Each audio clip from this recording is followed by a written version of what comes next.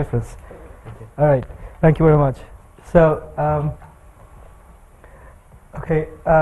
so I'd like to start first of all by thanking the organizers for getting me here twice in less than 4 weeks. So for those of you who were here for my previous presentation, you will see some similarity, and by that I mean common slides. But I have done my best to include some results which I didn't get a chance to talk about last time. And since I have signed off all my property and all the copyrights here, I am not able to show you some of the other results that I was keen on demonstrating, but hopefully it's still useful. So with that prelude, I am Manish Tiwari. I'm based in mechanical engineering in UCL, and as you saw from the previous presentation, some of what I'm about to show will cover the experimental aspects of the things that we are doing with Professor Frank Smith, and Davide is our joint student, and he nicely laid out some basic aspects of how we think about the icing problem. In particular, I want to focus on making surfaces that hopefully in not too distant future are able to delay ice formation. Even if ice were to form, can help mitigate the ice or removal in ice by facilitating low adhesion of ice, and in addition see if we can use this kind of small scale engineering approaches to design surfaces that are able to resist impact of very cold droplets, which have relevance to icing in aerospace industry, among other things. Now with that, and I will obviously focus quite a lot on the experimental side, and this will become apparent as we go along here. So I know Frank is going to answer the question, according to Sasha, about the difference between the icing in the aerospace industry and the sea ice. So I'll save that for him. I didn't plan to talk about it anyway, but the only thing I wanted to say is introduce this terminology that has become fairly widely used now. And when I say things like icephobicity, what I mean is a surface which is able to delay ice formation, as I was hinting. If you have a cold liquid droplet or a cold liquid sitting on top of the surface, the idea is to delay formation of ice or nucleation of ice, as Davide was explaining, as much as we can. And I want to talk about how surface engineering can play a role in that. The next aspect would be to minimize adhesion if we can, so that we spend as little energy as we possibly can get away with in terms of removing the ice. And the last aspect would be this dynamic effect of cold liquid droplets or jets hitting the surface and not getting impaled into the surface, and so on and so forth. So the context to think about this, and obviously as Frank and Davide both have pointed out, it's a very useful problem to consider if we are thinking from a practical point of view.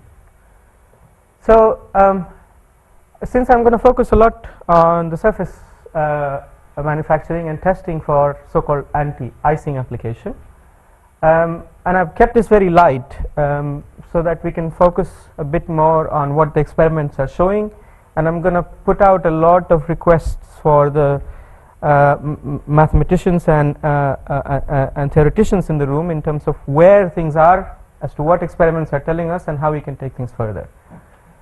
So there is going to be a lot of open discussion towards the end. So this is a good way to think about, let's say, a liquid droplet that is sitting on a solid substrate, and imagine that I have tilted this substrate a bit. We would expect from intuition that this droplet will bulge up and it will form an angle. This interface here will form an angle here, which is referred to as advancing angle, and at the back here this is referred to as receding angle. And these are just at the point that the droplet is about to slide. So if we make a surface which has very low affinity to a liquid, the difference between these two angles is going to be low. Nothing to do with hydrophobicity or hydrophilicity. The adhesion can be directly, let's say, estimated by measuring these two angles, advancing and receding angles. And then a few years back now, 7 or 8 years back now, there was this paper where they did careful experiments of taking similar arrangements, making these droplets freeze on surfaces, and they were able to assess that the adhesion of the resulting frozen droplet on surfaces correlated very well with the surface energy of separation, or the other term for this in the surface energy literature is work of adhesion. And in particular, they correlated that with the receding contact angle, but because that gives you a measure of how quickly the drop can slide off, and they correlated the ice adhesion to this. Now, if we plug in a few numbers in this simple expression, this is surface energy, that's the angle over there. In terms of a hydrophilic surface, angle is lower than 90 degrees, or hydrophobic surface, the angle is greater than 90.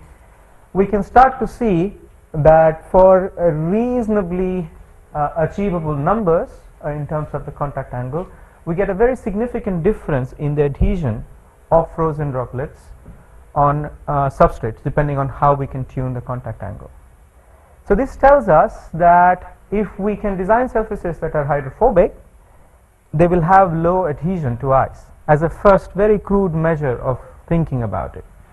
And that's what led to a number of people, including myself, who were working with so-called superhydrophobic surfaces to get interested in the icing problem.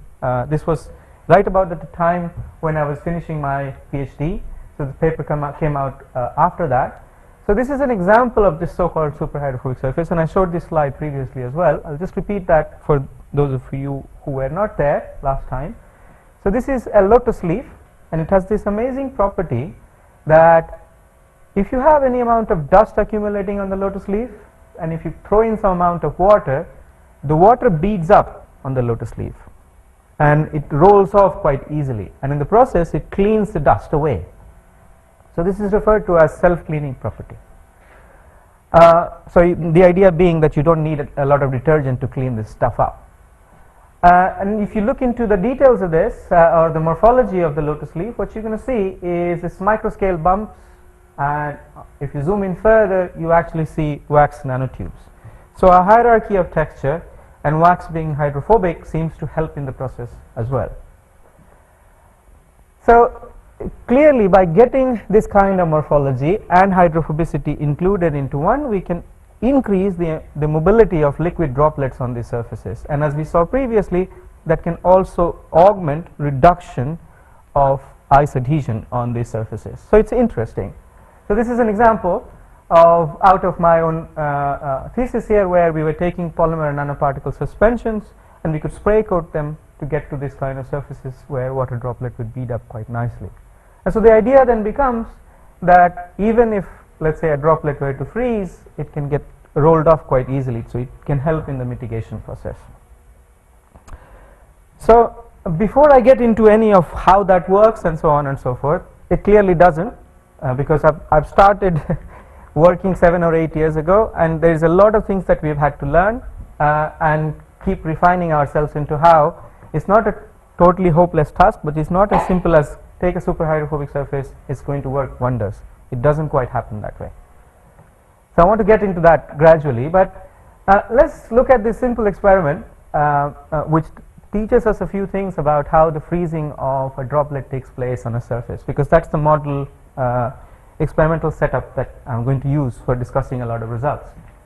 So what I have here is a droplet that is sitting in a dry humidity condition. This phi is humidity, and I've got a thermocouple, a small thermocouple inserted inside the droplet, and the whole thing is at, let's say, minus 15 degrees centigrade or so. And I'm going to show this with a cartoon. We've done a lot of measurements.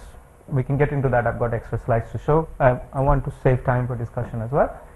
So what happens is, if I were to start this experiment, this thermocouple measures the temperatures of minus 15 or so, everything is equilibrated, and then if we wait long enough, this droplet is going to freeze using heterogeneous nucleation that Davide was talking about earlier. So what you see after heterogeneous nucleation or starting of the freezing process, this droplet here, because of freezing, releases fair amount of heat, because that's why things freeze, right? Because they are in metastable state, supercooled metastable state, and because of this heat release, initially you see a very sharp rise in temperature, and that helps the droplet. So this is called first stage or recalescent freezing, at which point the droplet temperature comes up to 0 degrees centigrade, which is the equilibrium temperature, and then the remaining slush that is left with is going to freeze, and I'll show you that now. So you see, all of a sudden you have something that quite dramatically changes. You see a flash as though around the droplet, and we'll see what that is about. And then we go on to the so-called second stage of freezing, where the remaining slush freezes starting from the bottom as well. So in the first stage we have a very quick recalescent freezing, and then this one is thermally controlled, more or less Stefan problem now in this case, right? So this one is very quick, we can see it only with high-speed camera. This one is slower, and it's this one that we can control quite a lot using substrates of different thermal conductivity and so on and so forth. So if I move on here, I want to show you now, we thought, as I said in the beginning, we will take our superhydrophobic surface with droplet nicely beaded up, and we will solve the icing problem. And so this was the first experiment we did, and I've shown it a few times now. So the basic experiments that we ran was a supercooled droplet in minus 15 degrees centigrade, and we wait long enough, and sure enough it freezes with heterogeneous nucleation occurring at the interface between the droplet and the solid substrate here. Now if we run the same experiment with a little bit of airflow from the side though, keep in mind the humidity is low in this case, we see slightly different picture, and what we see is the substrate goes out of the picture and the freezing starts from the liquid droplet itself.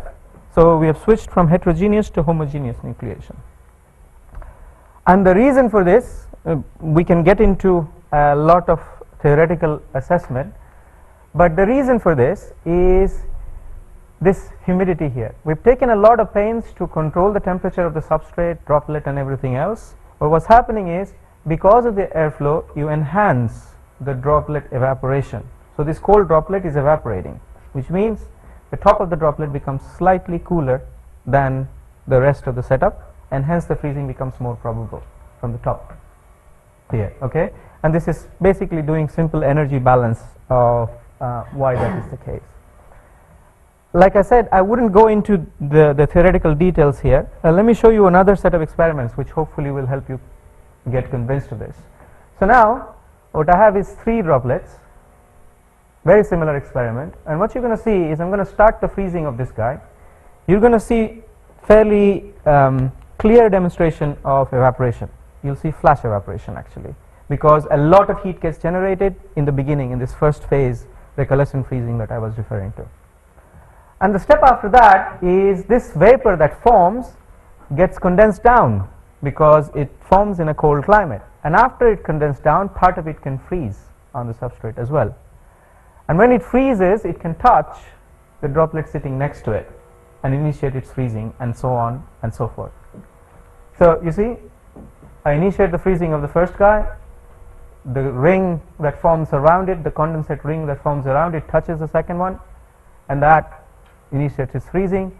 The condensate ring around this one touches the next guy, and then the freezing process continues. So this is showing to us how on a surface which has got a number of supercooled droplets, if one of them freezes, how the rest of them will continue on freezing. And it also shows that it's a good idea to let the heat that is getting generated leak through the substrate, right? Because if we make thermally conducting substrate, that heat can leak through the substrate and it wouldn't cause as much evaporation, and this effect can be suppressed because of that. So we had some fun as a side step, really, a couple of good papers. We were trying to solve the icing problem. We learned that the droplets evaporate in cold conditions. That's what we learned out of these experiments. Okay, so I'll move on. Was there any question? No. Sorry. Because light density is less, so then it freezes, water will move. So maybe it's due to the motion of the water. So if you look at these gaps here, this is not by design, by the way. This gap is closer and that gap is a bit farther. And what Dave Hammond was referring to in terms of conversion directly from vapor to ice, we see some effect of that here actually. So we did very careful measurement as to how far this frozen ring was forming. And I've got a couple of videos towards the end. I can show you that this doesn't form on copper. It forms on an insulating substrate. So we have proof that this so-called condensation effect is a lot more enhanced on an insulating substrate where the heat is not able to leak. Okay, so that's why we are reasonably comfortable in assuming, or let's say expressing, I'll show you some modeling towards the end if we have time, that this is due to heat not being able to leak through and the evaporation coming up, and not really due to your liquid droplet bouncing about or anything of that kind. It's done in static condition. These experiments are done in very static condition. I'm touching with the ice speck on the side. Yeah. So Davide did a much better job of explaining what heterogeneous and homogeneous nucleation was. So I'll save you all the details. Just one number I want to point out. So this is energy balance for looking at this so-called critical radius of ice nucleus, and it's essentially a balance of free energy change. So if you have an expanse of liquid and you have a little ice nucleus forming, the energy balance has to be the energy, bulk energy, or the gives free energy change from the liquid bulk to the ice cluster. The difference is free energy of that, and the surface area that you're forming, right? This interface here that is forming will have some surface area associated with that. So when those two balance out, that's what gives you this critical radius, stable radius, and that's called the critical nucleation radius. If you plug in the corresponding numbers, let's say at minus 20 degrees centigrade or so, what you get is this critical radius is 2 nanometers. And this F factor that Davide was showing, if you were to plot that out, you will see that in order to control the ice formation, your radius of curvature on the surface has to be in this order of magnitude. So 2, 5, 10 nanometers or so. This, I think, is the reason we don't have a good anti-icing surface, because it's very difficult to make a surface as big as the wing of an airplane and have that level of precision. It's extremely difficult, right? And if anybody says that to you, that we've solved the problem, it's not sorted yet. There is a lot to be done, both on the materials and manufacturing side of things, as well as on understanding the physics of how this is going to happen. And I'll show you what we have learned in the process. So we were motivated by this. Okay, we thought that let's try what we can do in terms of surface texture control.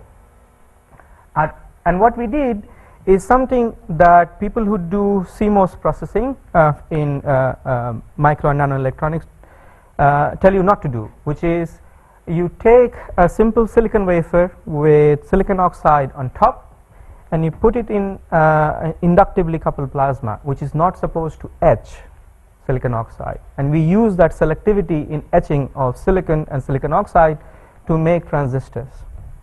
And what we did was the exact opposite of what you're not supposed to do, or what we make use of in that industry.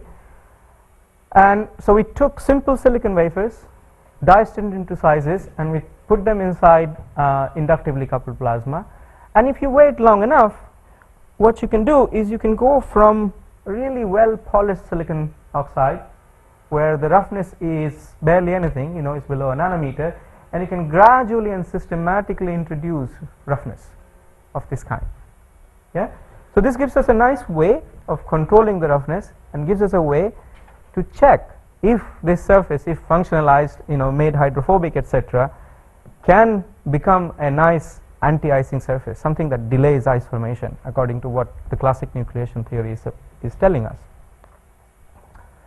You can do one step further, because we are using microelectronics processing anyway. So now what we can do is we can take our silicon wafers and we can form by etching these pillars, microscale pillars, on top of which we will have these nanoscale bumps that I was showing you done with ICP etching, which gives you a hierarchical texture, as well as if you imagine a large 2 millimeter, large compared to this scale, droplet sitting on top of it, what it sees is very little contact with solid, as reduced as possible, and whatever little it sees this nanoscale texture.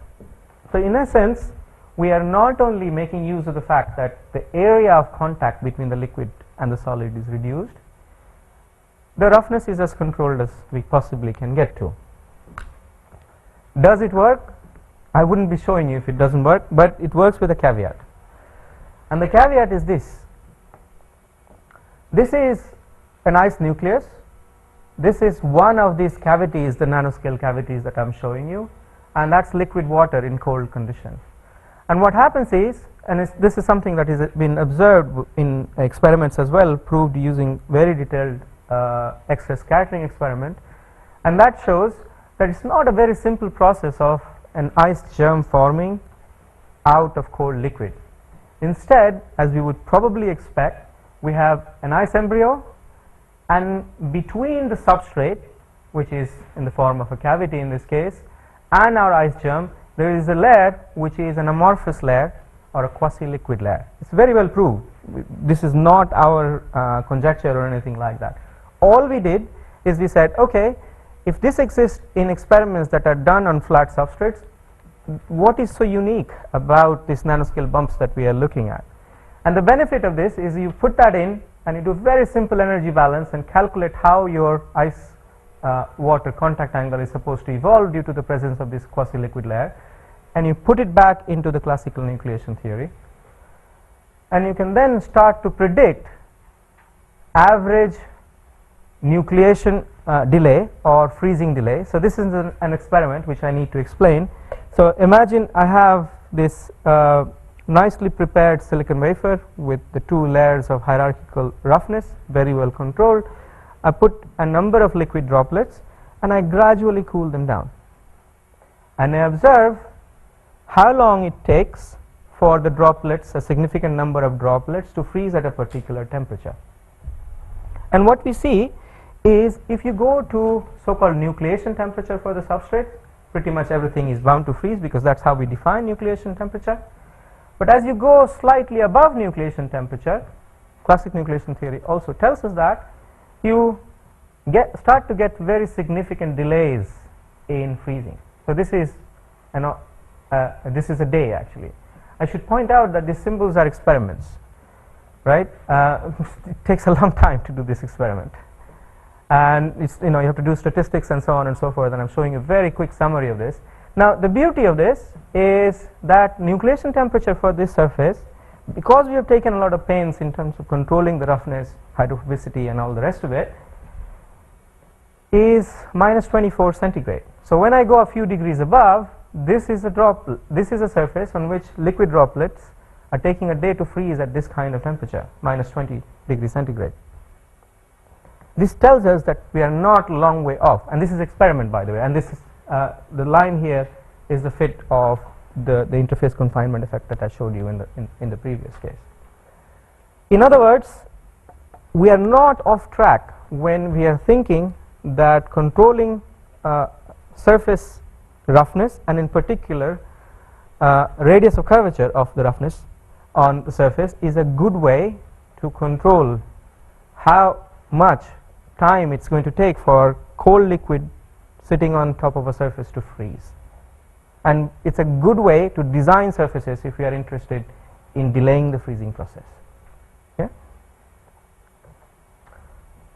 Okay, in next 15-20 minutes I want to show you some experiments where we looked at the complementary aspect, where we wanted to look at impact of water droplets on some of these surfaces, and I'll show you a few slides on what keeps us busy these days in terms of how do we take this precision nanotexturing and make surfaces in a scalable manner, where we are dreaming to have this kind of precision on a large scale area, right? We are not there yet. I'll show you some initial results to that effect. So that's what this section is going to be about, to look at the impact problem. And again, the setup is going to be the same. We have surfaces where we make these micro scale pillars, and on top of that we have nanoscale roughness imparted using one technique or the other. So this is the initial experiment. So now in this case, and I'll start with a relatively simple experiment where the way this is run is in a setup that is similar to what David has showed, but in a bit larger setup, where everything is cooled down to, let's say, a substrate. Everything is cooled down to the temperature of interest, and from top we release a liquid droplet at room temperature. So what we would expect to happen is that this liquid droplet comes down and hits your substrate, which is at the temperature that I'm plotting here. It will cool down, right? And the first question we wanted to understand was, does the cool down effect have any implication in terms of the kind of dynamics we see? And what I'm plotting here is the amount of time that this droplet is spending in contact with the substrate. So it comes down with a certain amount of inertia. That inertia or kinetic energy helps it spread on the surface, which then converts your kinetic energy into surface energy, and then the droplet can recoil back like an elastic cord really, which after getting stretched wants to come back. So it recoils back and then can take off the surface. We are by no means the first to do this, and this happens in all kinds of conditions. At room temperature these experiments are very easy to do. Wait a minute, I didn't plan on that. Sorry. Even my own sorry. Okay, I need to replug this back in. I don't know what's going on there.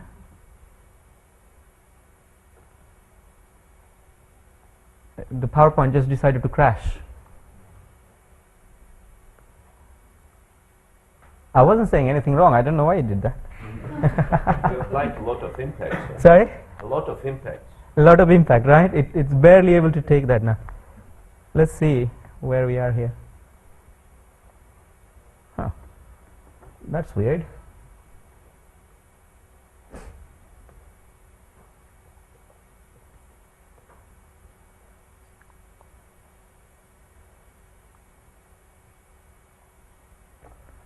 All right, let's see.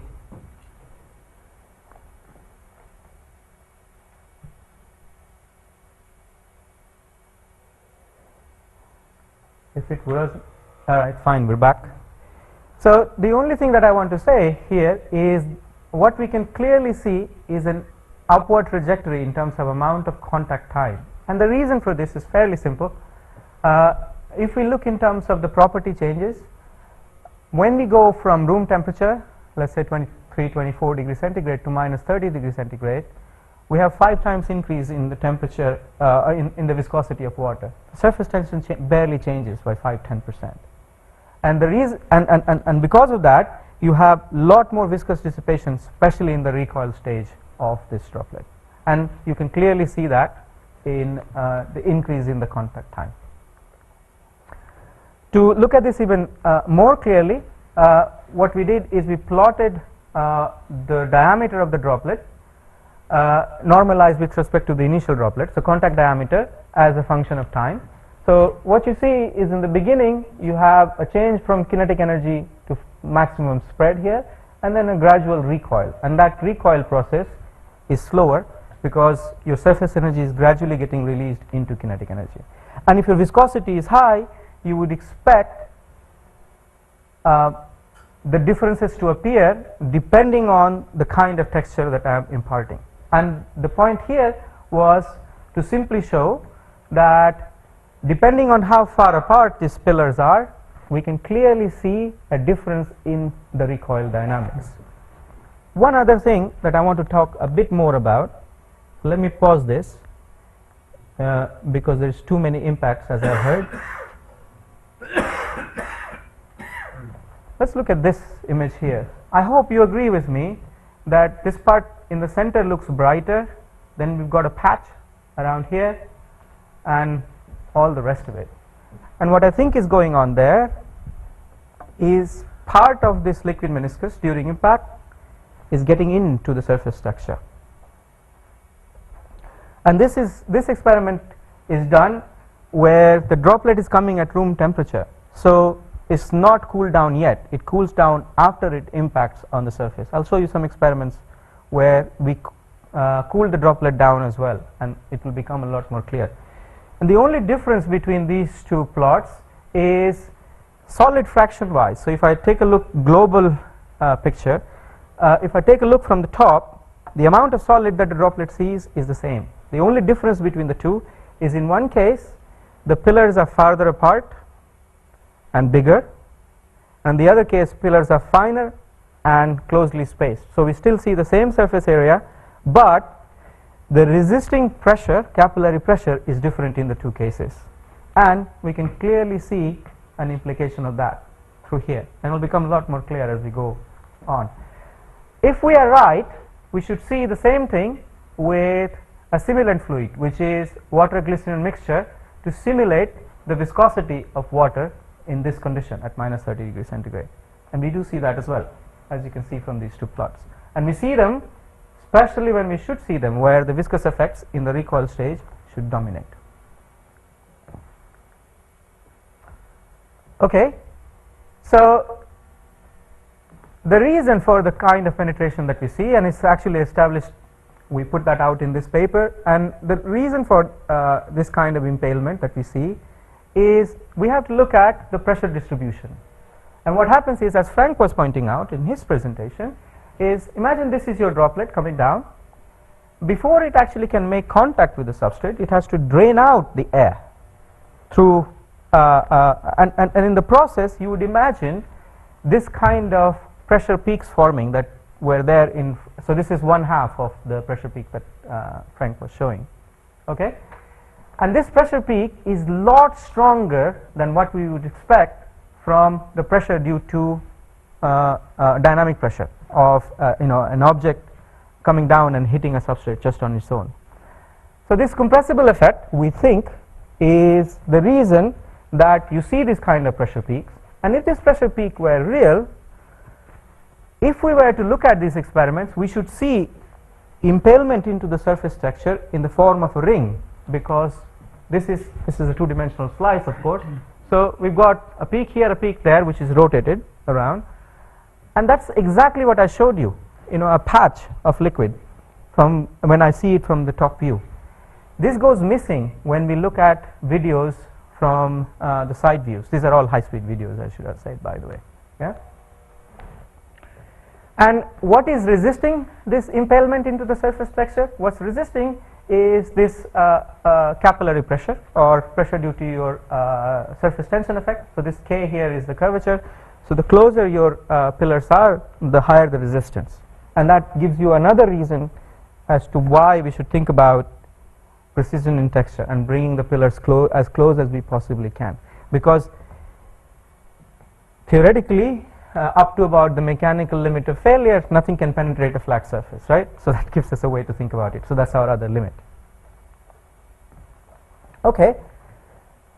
Now, as I promised, I want to show you some results. Got 5-10 more minutes. I'll show you some of these, and then I'll stop and open it up for questions. I want to show some experiments on what happens when we look at the situation where the droplet is now cooled down. So we hold the droplet in a pipette inside the chamber, and we wait for it to cool down to a certain temperature before we let it go and impact the surface. Now here, our intuition should tell us that the viscosity should play a very strong role, because it's not just limited to how much time the droplet spends on the surface, and because of that cools down, and hence the viscosity rises just at a thin layer in contact with the substrate, but the whole thing is cold now, right? And before I go on, the few things that I'd like to keep in track of is what I'm going to show you the plots of, which is this is a droplet coming down, and as I said, it spreads to a maximum diameter. If you go to very high speed, if your surface is good enough to sustain very high speed impact, then you would see atomization from this ends as well, as we saw in one of the videos at least. But for the cases where the impact speed is reasonably low, what you see is this recoils back, and it can take off the surface. And if you just push beyond that critical speed, what you can also have is impalement of this liquid meniscus into the surface texture, which will leave behind this impaled drop size. And I'm showing this because I want to show a few experiments which start to give us some intuition as to how this impalement into the surface texture must be taking place, keeping in mind that we want to avoid that. When we design surfaces, we want to design them in a manner that this impalement can be avoided. But in order to get to that point, we need to understand how it takes place to start with, right? So these are two experiments now, both done. This one is done at room temperature, and what I'm going to show you is experiments of these droplets coming and hitting down, and I'm looking at it with the camera that is facing downwards, so top view image.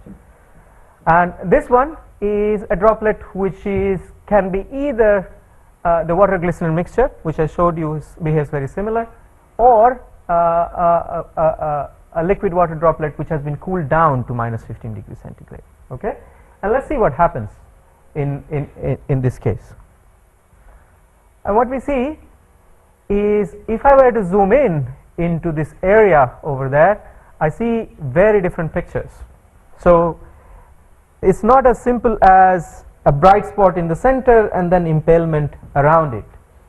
In this case here, we see something that just looks blurry. Keep in mind that here the viscosity is at least 4 to 5 times higher. Okay, and it does seem to indicate that the viscosity seems to play a role. If only we could correlate that with the videos that we see with the side view images, and we could correlate that with the amount of droplet left over and so on. So that's exactly what we did, and I'm about to show you. Let's see first of all what happens to the contact time as a function of velocity. That's an important factor as well. So what I'm plotting here is same substrate, nothing has changed, and what I'm showing here is when you impact at a low speed, there is barely any change with this supercooled droplet in terms of the amount of contact time.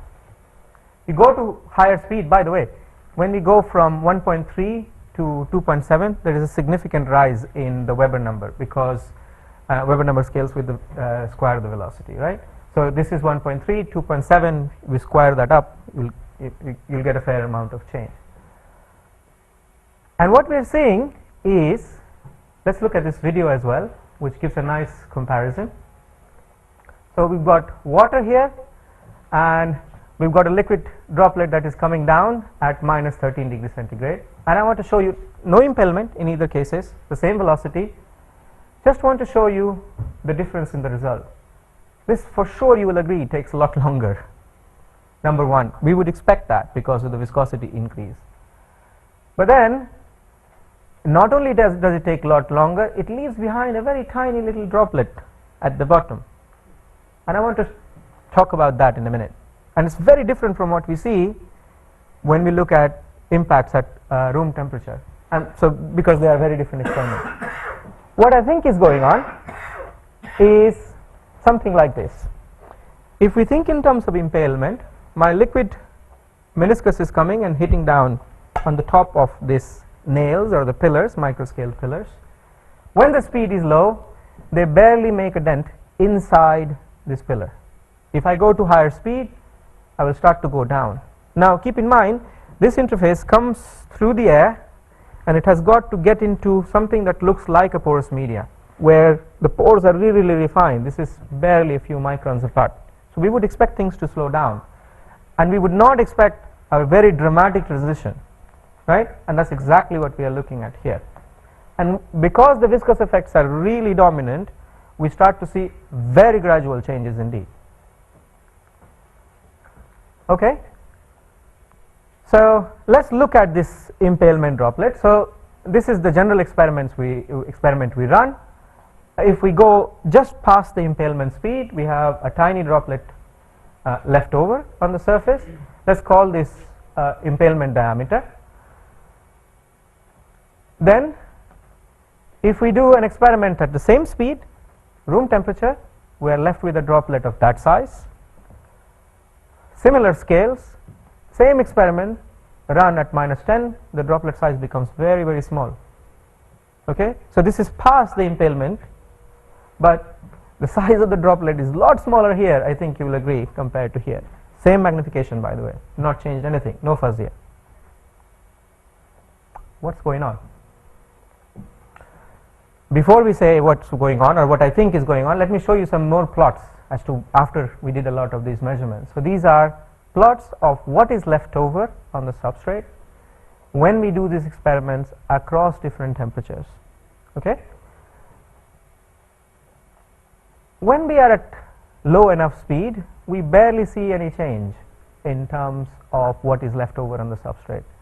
But if we take a look at this one here, when the speed becomes high, when we are at around room temperature, a very large size drop is impaled on the substrate.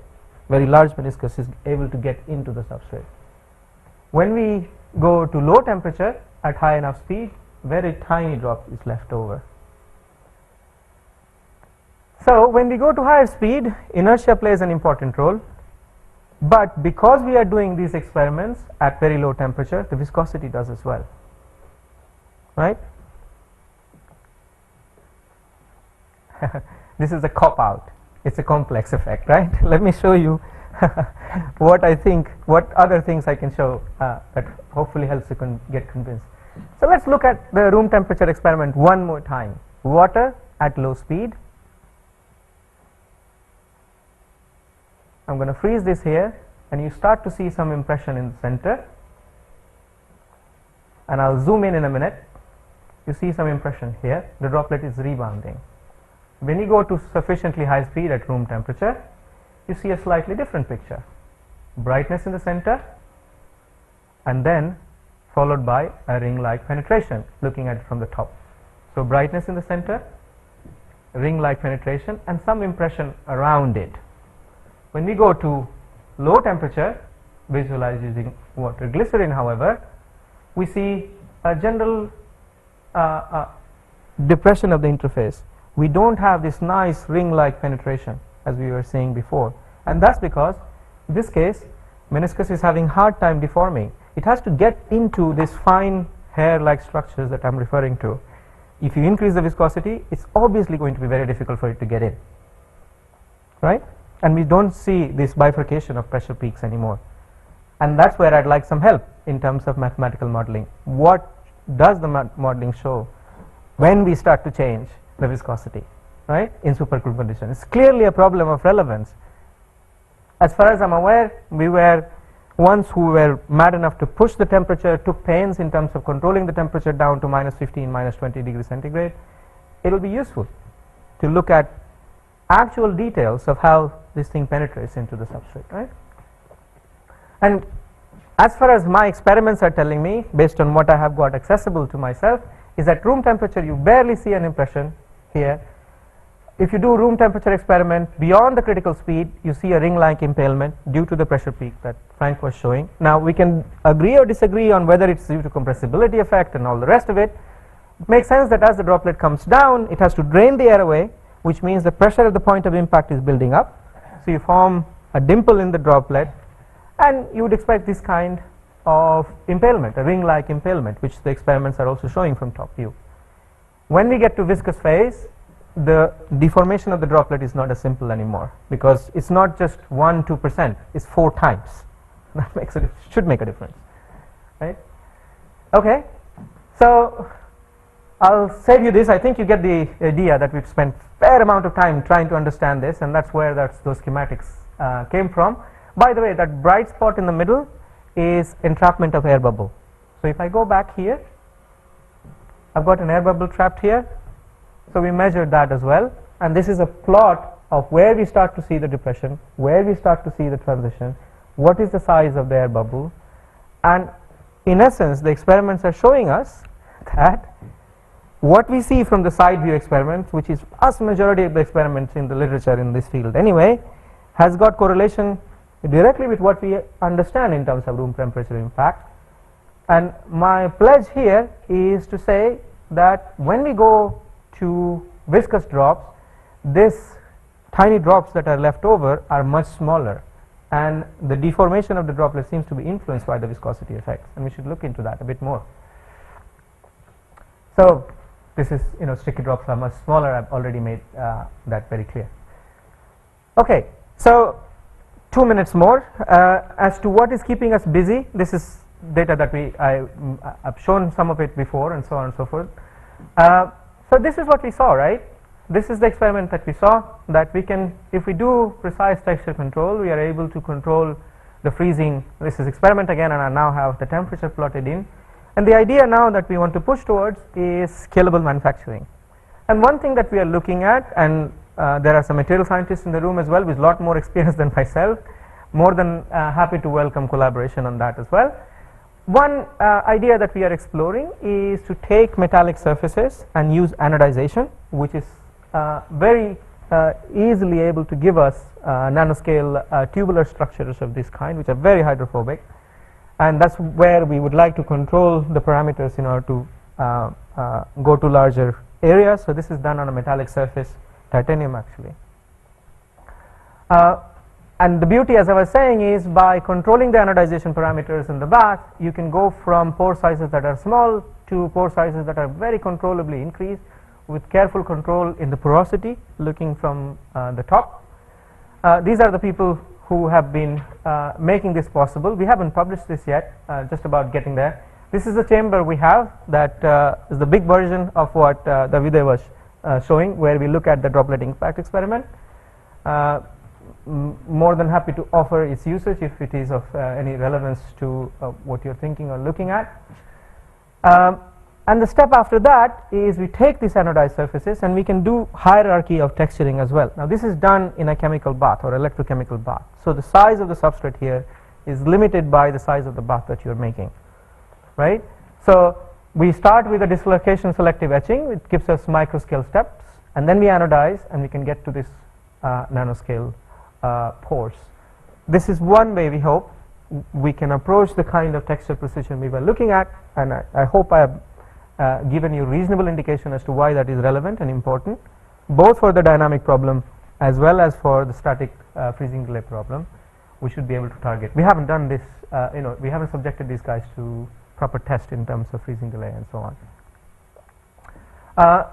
If we use this approaches to anodizing, things like aluminium and then coat them to make them hydrophobic, one additional benefits we showed we can get is we can get a fair amount of chemical robustness. So this is this surface dipped inside an alkaline or acidic solution, and it seems to survive for a few days. This is in an ionic solution, 3.5 weight percent salinity, with let's say dreams of hopefully one day making use of it in marine environment as well. The other things that we are trying is spray coating. So use this idea of thermal conductivity being important, texture precision being important, etc. Mixing things like graphene and carbon black into a composite which can be spray coated to very large areas, and if we look at the texture precision, we do a reasonable job, not as good as what we can do with silicon wafer, but good enough to the point that we can push the impact speed to fairly high numbers. This is looking at already a Weber number of about 1,000 or so, and what you see is slightly different behavior. The speed was high enough that this droplet shatters, as I said, the moment it impacts. The kinetic energy is just too high, so it's not able to recoil back. It just splashes right after impact. Okay, so with that, I hope I have showed you that first of all, when we think of ice formation, it's not just going from vapor to liquid, vapor to solid, or cold liquid to solid. There may be multiple things going on at the same time, which make it a bit more complicated. Then I have shared with you what we have learned in terms of how we can make surfaces that are icephobic, and shown some experiments on droplet impact and what happens when we start to lower the temperature, and how viscosity starts to play an important role, and some indications about how an ideal surface design needs to be. Of course, the follow-on experiments are going to be around higher impact, because aerospace industry is not happy with 10 meters per second or 20 meters per second that we are at. We want to get to a lot higher speed, and hence play of collaboration both on the material side as well as on the applied mathematics side. Adhesion characteristics, what kind of interactions we need to target, because that's I haven't even touched about, what happens to the elasticity and so on. There could be some interesting things to do with smart surfaces there and so on and so forth as well. Right, so the only thing that is remaining is to thank the collaborator who got me into this field, and the people who make a lot of this possible in the group, and thank you very much for your attention.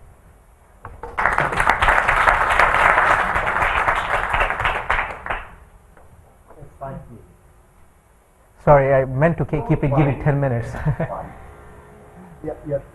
Did you measure temperature of supercooled droplet after the collision?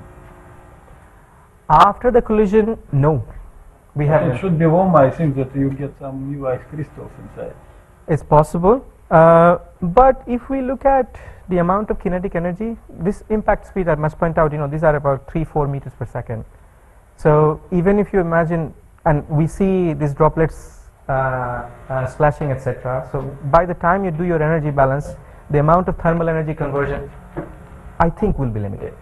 I'm not saying it will be completely negligible. I think will be limited. If you go to higher speeds, I would expect slightly more, but I couldn't give you a number off the top of my head. We can do this balance quite easily. One good way to think about it is, especially for room temperature impacts, if your droplet nicely recoils back, people have done nice energy balance experiments. As a matter of fact, that's one of the reasons you see a lot slower recoil dynamics than the impact phase, because the viscous effects are not playing as an important role. And if you do a simple balance of how much kinetic energy you are coming in and how much you should spread out to, they come out very close to each other, right? So that gives you an indication that it's probably not a lot in terms of thermal energy generation. At higher impact speeds, I don't know. Yes, Frank. You showed a picture of an air pocket with the pillars. Yes, I did. Was that a fairly typical situation? So we did some experiments on that, Frank. I didn't get a chance to show. So the way we ran the control experiment was to use pillars of different height.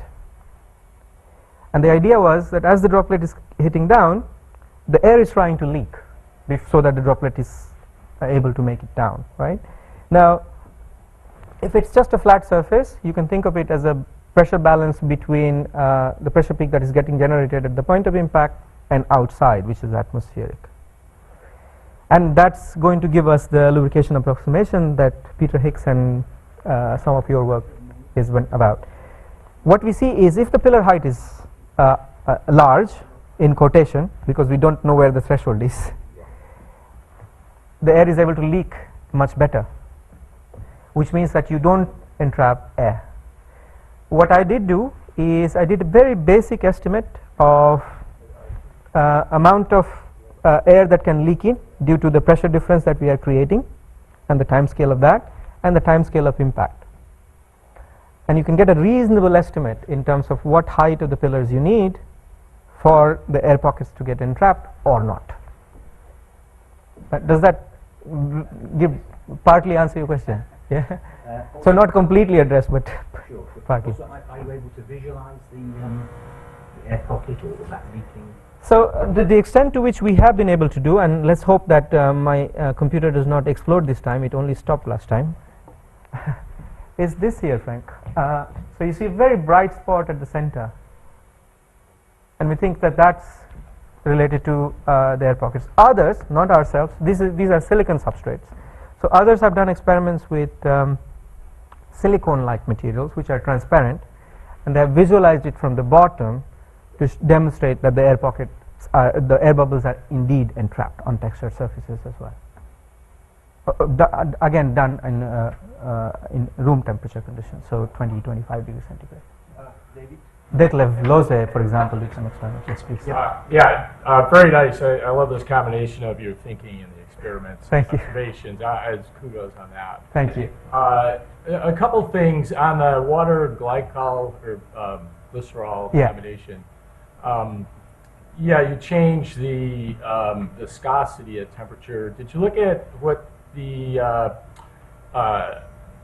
surface energy is on that? I did. Is there much of an effect? It could be, and that's the reason to choose glycerol actually, because the surface tension of glycerol is about 60, 65. You probably know better, much better material scientist, and that's the reason to choose glycerin. And it's also a polar liquid, which means that if we are worried about polar interaction, there's less of that. So the surface tension change is about 5–10% at most. Whereas, as we saw, the viscosity, even in the handbooks tell us, is 4 or 5 times. So it does seem to make, so the Weber number change is not as significant, but the Reynolds number change is. And that's the reason I was harping on. So we assessed it a little more to reasonably convince ourselves that it should be viscous effects. Okay, so a quick follow-on. Sure. Have you thought of doing the droplet experiments in vacuum, for one question? And it would seem to me that, the aerospace or aircraft industry is interested in these high-velocity impacts, but if you were to move into salt spray ice freezing, that problem goes away, and your regime here is, I think, pretty applicable. So, I think customer-wise, that I don't know if you've looked into that, but that would open the specter of doing these experiments with salt water instead of fresh water. So, any take on those 2 points? So the first aspect of the experiments in vacuum, we haven't looked at that. The group I used to work with in Zurich did some interesting experiments of looking at freezing of stationary droplets. And they were able to see, we would expect the evaporation to become stronger in vacuum, and because of that they did some amazing observations of droplet was beginning to bounce around and so on and so forth. It's a paper that came out the year before in Nature. I'm happy to share that with you. So the answer is no, we haven't looked at it. It will be very interesting to look at it, and the chamber that you saw is fairly tightly sealed, in principle would allow us to do those experiments. And I have not thought about the salt spray experiments at all, actually. So that's a very good suggestion. I'm more than happy to think about it. From our perspective over at my lab, the Army Cold Regions lab, this actually salt spray ice is emerging topic of interest. So that would be fabulous to explore. It's very, very relevant. Yeah, we can quite easily set it up as well with box salt experiment and so on and so forth, and the surfaces are there to be tested. That's fabulous. Thanks. We have one more last question from Andrei. Well, I'm not a specialist in this, but beautiful presentation, really. Did you look at the momentum exchange? Because for me, I wonder how the viscosity of the droplet influences the vertical balance of momentum. To a limited extent, I saw. So I haven't done justice to it, and you are spot on. That's where I think we need to go, especially when I'm telling you that this is related to how the meniscus is getting impaled inside the pillars. Absolutely the way to go, but to a limited extent. So what I did do, I can share with you, is I tried to think of this as a washburn problem. You've got something that looks like a porous media, and you've got fluid that is getting impaled.